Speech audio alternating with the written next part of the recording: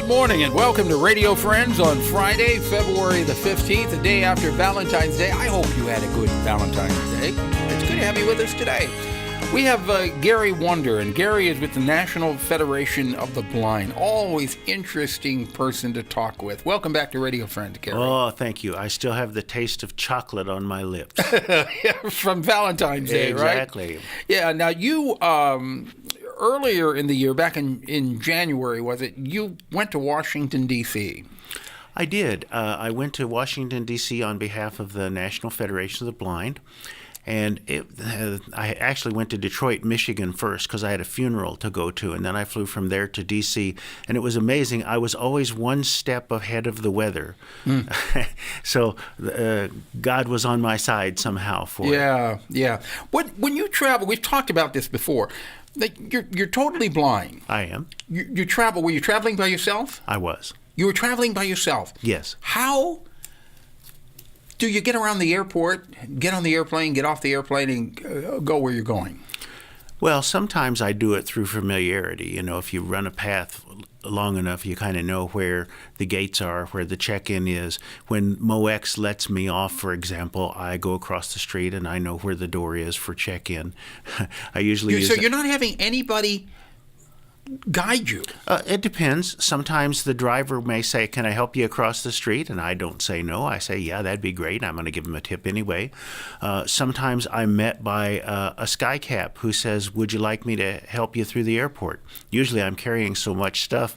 I appreciate the skycap not only for the guidance that he'll give me, but for that I can get him to take one of the bags. Yeah. I'm old enough now. I'm carrying a CPAP machine and a laptop and a backpack and all kinds of. So I have lots of junk, and then I use one hand for the cane. So that means I can't lug both. Right. You know. So I do that. Sometimes they come along.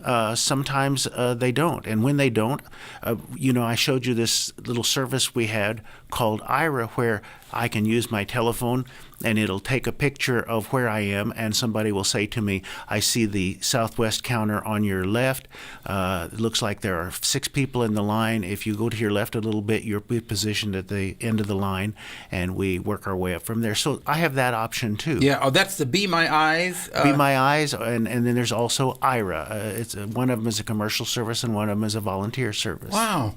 So that's how you're able to travel by yourself. But Exactly. Now let's go to Washington. You were in Washington, and the purpose of this trip was what? We wanted to talk about several things. We know that the cost of technology for blind people, because blind people represent such a small buying market, will always be high. You can never get the numbers down to where you want them by volume.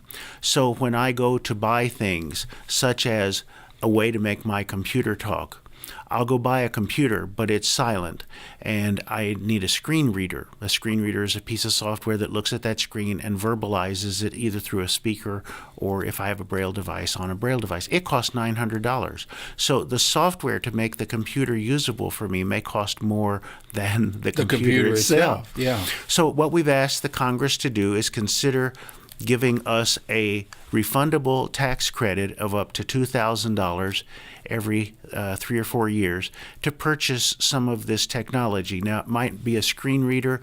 It might be, if you were starting to lose your vision but you weren't totally blind, it might be a closed-circuit television so that you could put a document under a camera and it would display in large enough letters for you to continue to read print.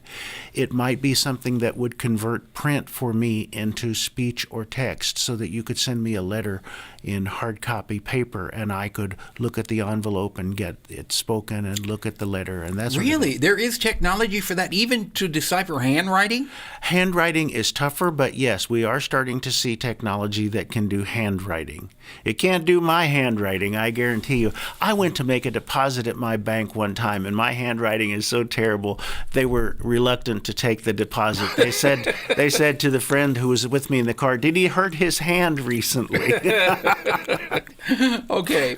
So there's all of this technology that's available, but it's very expensive. Right.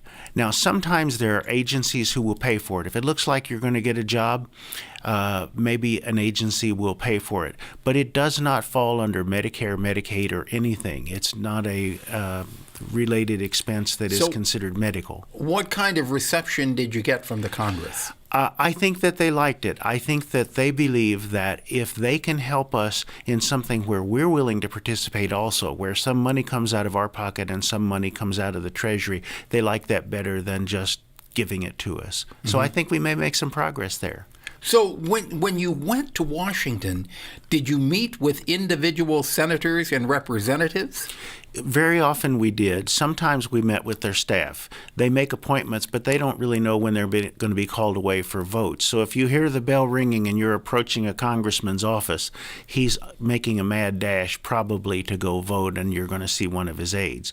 That's not necessarily bad. Sometimes his aides know more about the particular issues than he does, and he's going to rely on their briefing and their input anyway.